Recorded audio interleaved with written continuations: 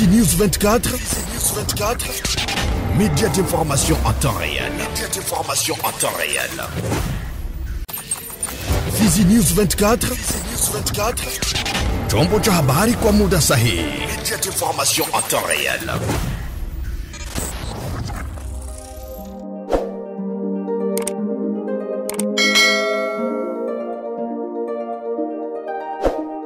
Mise au point du consortium de la société civile et le conseil territorial de la jeunesse de Fizi sur l'exploitation minière dans le secteur d'Enganja du 14-11-2023.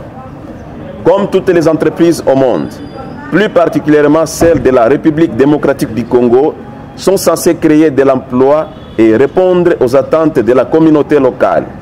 Malheureusement, l'exploitation minière dans le territoire de Fizi, en l'occurrence, dans le secteur d'Enganja, sabote les codes miniers de la République démocratique du Congo en son article 285, stipulant que toute entreprise minière doit signer un cahier de charges ou acte d'engagement au profit de la communauté affectée par les activités minières pour améliorer les conditions de vie de la population locale. La mise en place des structures socio-économiques et services sociaux. Cela étant, la population reste dans le désespoir et est poussée au mécontentement. L'exposition des entreprises minières et coopératives minières aux divers risques dans les zones d'exploitation liées aux comportements égoïstes de certains chefs coutumiers qui s'accaparent de 5% des contributions au développement local au détriment de la population affectée par les projets d'exploitation minière.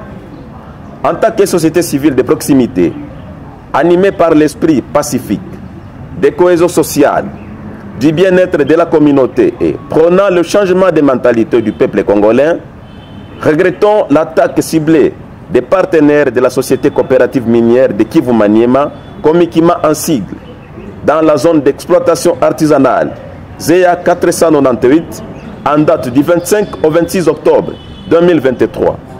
Pourtant, la Komikima, que nous saluons en passant, a été salutaire par quelques actions déjà posées en respectant l'acte d'engagement avec la communauté des villages Kachemba et Lubichako dans la localité Ishebo.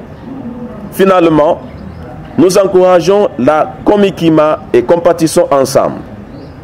Tenant compte de tout ce qui précède et dans le souci de créer un climat d'attente permettant aux entités affectées par l'exploitation minière de se développer, recommandons ce qui suit. 1. Respect des cahiers de charges ou actes d'engagement par les sociétés et coopératives minières. 2. Que les chefs coutumiers libèrent les 5% des contributions pour le développement local au CLD qu'ils consomment intentionnellement en imitant les chefs des villages Ishebo, qui a montré un bon exemple en libérant les 15% pour le développement de son entité. 3.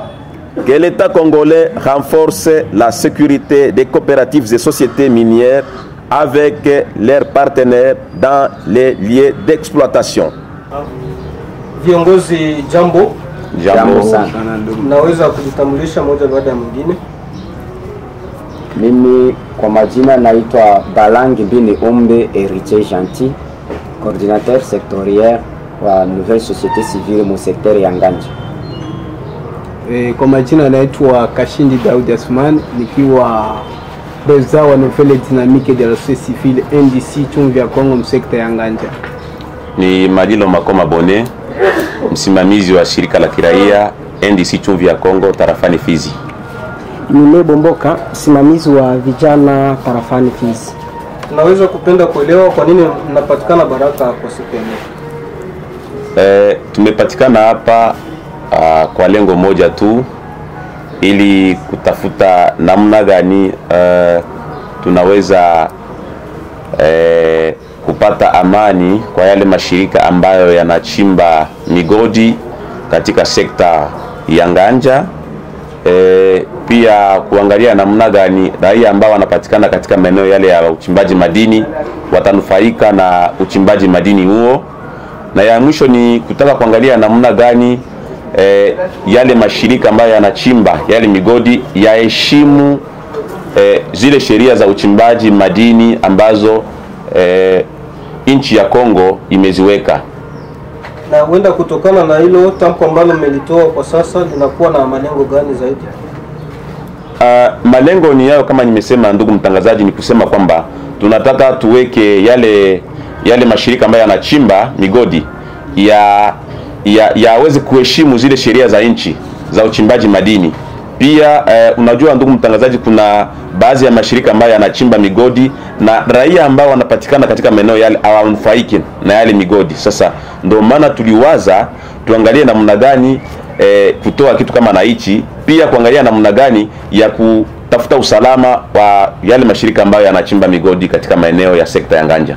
Ni takriban wiki mbili sasa kuna mashambulizi ambayo yamefanyika katika eneo la Nganja, lakini yawezekana mmekuwa kimya muda mrefu. Sijui mlikuwa mkisubiri nini mpaka muda wote huu?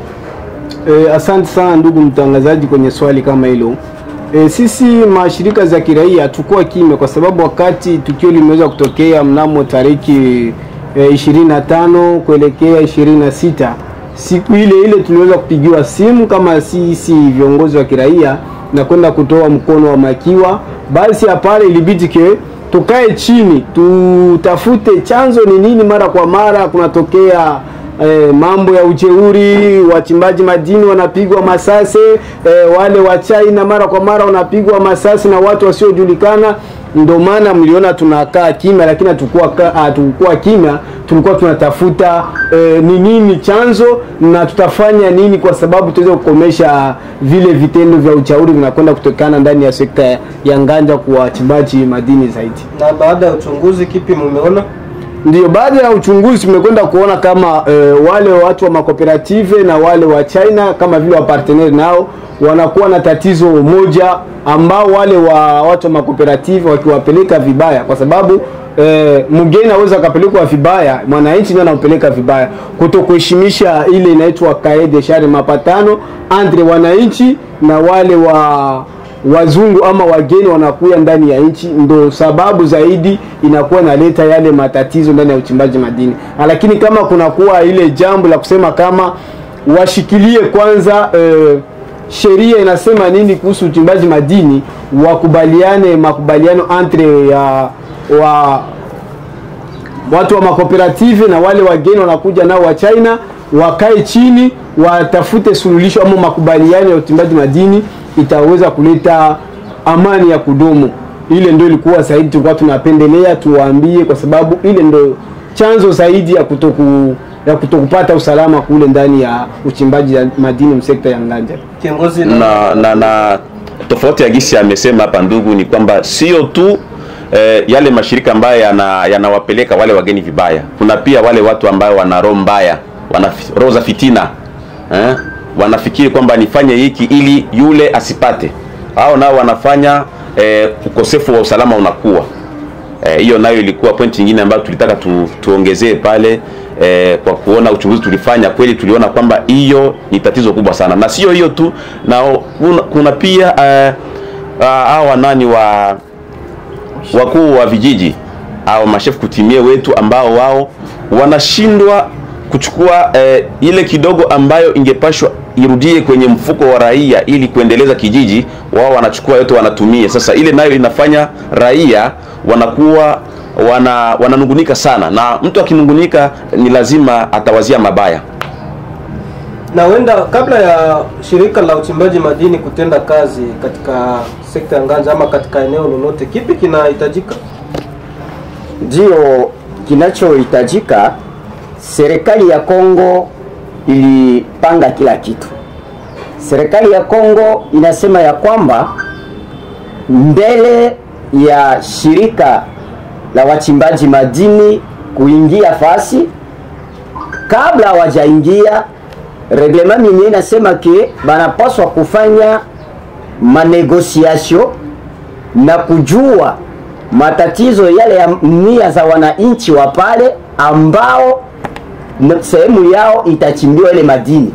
Kwa sababu gani watafanya ile? Ni kwa sababu wakati wanafanya ile uchimbaji wa madini pale, ardhi ya pale inaharibika, na kuna watu ambao walikuwa wanaishi kwa kutegemea ile madini ambao watachimba kwa niveau, kwa ngazi yenye iko ya juu sana, kwa sababu wao watachimba kwa ngazi ambao sisi wananchi kwa kawaida tunayachimba. Wao watachimba kwa ngazi yenye iko juu sana, na kwa ile ngazi ambao wanachimba, wakishachimba hauwezi tia hata mmea pale na ukaote. Na ndio maana serikali ilisema ya kwamba wanapaswa kufanya makazi kule za uchimbaji madini na kuendamnize wale watu ambao wako pale kwa kupitia, wakikuwa wako na cooperative za milie, wanafanya maengagement, wanasimama acte d'engagement na zile cooperative minier, na mpaka gisi gani wale waraia wa pale na wao watapata manufaa ya ile uchimbaji madini ambayo itafanyiziwa na zile shirika ambazo zinakuwa. Ndio maana ndugu mtangazaji, naweza nikakwambia kwamba orientation iko deja gisi serikali ilipangilia. Wanapaswa kufanya manegociation. Baada ya kufanya negociation, wanapaswa kuingia mu étude ya mabesoin communautaire. Communauté na kamata mabesoin zenye ziko prioritaire, banazimetre en pratique, na ile inahitajika ifanyike avant que abayanza fanya ile exploitation. Na wakisha kutaniwa parazare walisha kwa mu exploitation, wanapaswa kufanya zile, kutimiza zile nia za wananchi irjama, maana kwa haraka iwezekanavyo wanapaswa kuitimiza. Asante. Na shambulizi zinakuwa ni nyingi kwa upande wa sekta ya Nganja dhidi ya mashirika ya uchimbaji madini. Kwa nini mmejikita kupongeza au labda kulaani tu kitendo kilichofanyika dhidi ya Komikima? Asante sana ndugu mtangazaji. Sisi kama vile mashirika za kiraia au wasimamizi wa vijana tarafani Fizi, mara kwa mara wakati vitendo vya ujeuri vinatokea, waga tunakuwa na ile tabia ya kulaani, sababu sheria ya nchi iko wazi, inasema hakuna mwenye iko na ruhusa ya kutoa mtu mwingine uhai. Na sisi kama vile shirika za kiraia ni lazima mara kwa mara tukwana tuna laani. Mesema kama tunafikia kupongeza au kufelicite Komikima ni paraporo ya cahier de charge au acte d'engagement yenye baliweza fanya na communauté ya nani ya localité ya village Ishebwe, parce que na pale mbele ni ingia en detail, ndaonesha tofauti kidogo ambayo yenye iko entre ma coopérative na ile ma société, parce que société ayo haiwezi signer cahier de charge, inasigna cahier de charge, mais coopérative inafanya ndio acte d'engagement na communauté ambayo pale kwenye watafanyia makazi. Na malgré ile vitendo vinatokea mais quand même Komikima iliweza kuwa exemplaire na kizani waweza kufanya nani acte d'engagement, c'est-à-dire acte d'engagement watoto wa pale ndio wenyewe walifanya, wakaona no besoin iko ressenti, besoin iko pale, wakazitia na wakafanya makubaliano pour que nani ba partenaire wa Komikima baanze makazi. Na kizani tuko nayo hapa, na wale wenyewe ambao wenyewe wanaweza penda kuiona waone nini kilichoandikiwa ndani, wanaweza wakaipata, sababu acte d'engagement haiko kitu kenye mtu anaweza fichika hapana, ni kitu kenye kinapashwa tilio à la portée de tout le monde pour que wananchi wote wa pale wajue nini, au watu wengine ambao wenyewe wako mamingi kando kando wajue kitu gani ambao makooperative walienda kubaliana na nani na ba partenaire ba ile nani cooperative. Na ndio tuko nasema tuko na encourager, parce que surtout kiangalia manani ma cooperative ni za ba Congolais, tena za mingi ni za batoto ya pale. Alors kama tuko nasema leo ma société na société nazo zilianzaka kuma cooperative zikakomala zikafanya vizuri zikakuwa nazo kubwa zikafikia kuwa nani kuitiwa ma société. Alors c'est pourquoi tuliweza kuifeliciter na mouvement yenyewe iko hayo pour respecter ile kufanya ile acte d'engagement na communauté ya pale, pour que kesho yako nao wakuje koma wakwe manani ma entreprise za kabambi. Ukisema kwamba Komikima iliheshimu acte d'engagement yao au cahier de charge, nini kwa muda ambao wametumika pale kiwe kama vile souvenir kwa population ya pale ambao walitumika? Na kizani ukiangalia munani ya kwanza watu wa pale besoin yenyewe yenyewe ilikuwa prioritaire ya kwanza, walisema no wapate nani ujenzi wa shule wenyewe utakuwa na milango kenda, na deja ni nani hiyo makazi ilikuwa ishaanza, na deja masomo ilikuwa deja mu niveau ya kupigiwa nani beton pour que bapige toiture. Anatanda wapate waanze zingine kazi ambazo zilikuwa muile acte d'engagement. Na wenda kwa nini sasa laani uniquement attaque contre Komikima wakati ambapo mashirika ni mengi? Na kizani hilo swali nilikuwa nimeshalijibia kusema kwamba sisi kama vile mashirika za kiraia au wasimamizi wa vijana, wakati vitendo vya ujeuri vinafika, tunakuwa tunalaani, na sio mara ya kwanza tu, sio Komikima tu au sio nani kampuni zingine. Wakati kitendo chote kingi kinaweza tokea, kinaweza tuma nani usalama mdogo uzorote, lazima tunakuwa tunalaani, na mnakuwa mnaona maartikle zetu wa ndugu wa journalist. Sidhani kama nyinyi ndio mngeuliza ile kesi. Ni mbinu gani ambazo mnafikiri kwamba zinaweza zikasaidia kwa kuepuka haya mashambulizi ambayo mara kwa mara yanakuwa yakitokea dhidi ya mashirika ya uchimbaji dhahabu? Unajua ndugu mtangazaji, mbinu zipo tayari. Serikali kama gisi ametoa kila kitu kiko tayari. Ni kwamba lazima kwanza yale mashirika ya uchimbaji madini yaheshimu mikataba za uchimbaji madini, zile tunaitaka code minier. Juu mwa ile code minier ndio kila kitu kiko kwanza tayari. Wanasema kwamba wewe utafanya kama gisi ndugu alivyosema pale, kabla ya kuchimba madini eneo fulani lazima nendeni mkaongee na wakaaji wa pale. Wakikubali sawa, wasipokubali mnafunga mirago yenu mnarudi. Hicho ni cha kwanza. Manake hayo mashirika yakiheshimu ile mikataba au sheria za nchi kuhusu uchimbaji madini, mimi nadhani tutapunguza hizo ghasia. Pia wami wa asili kama tulivyosema huko mbele, sio kwamba tu kama watu hawakuheshimia, kuna baadhi ambao wanaheshimia, wanatoa ile 5% ya kuendeleza vijiji. Sasa unakuta wale wami wa asili wanazidhibiti, zinakuwa mali za familia. Wami wa asili nao ile mali wasiweke kama ni mali ya familia yao, ile ni mali ya kuendeleza kijiji. Manake watoe zile pesa, wasitumie kama pesa zao binafsi. Wakizitoa nadhani raia hatakuwa na moyo wa chuki. Pia tunapenda serikali idumishe usalama wa mashirika ya uchimbaji madini. Sababu haitakuwa tu tunasema serikali idumishe usalama sijui wa watu wa moja na wengine wawe sasa kama vile wametupiliwa mbali.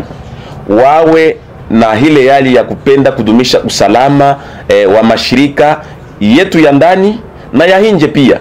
Sababu wakifanya hilo litafanya kwamba wale walikuwa wakianza walikuwa na pointi 2, kesho watakuwa na 3, 4, 5.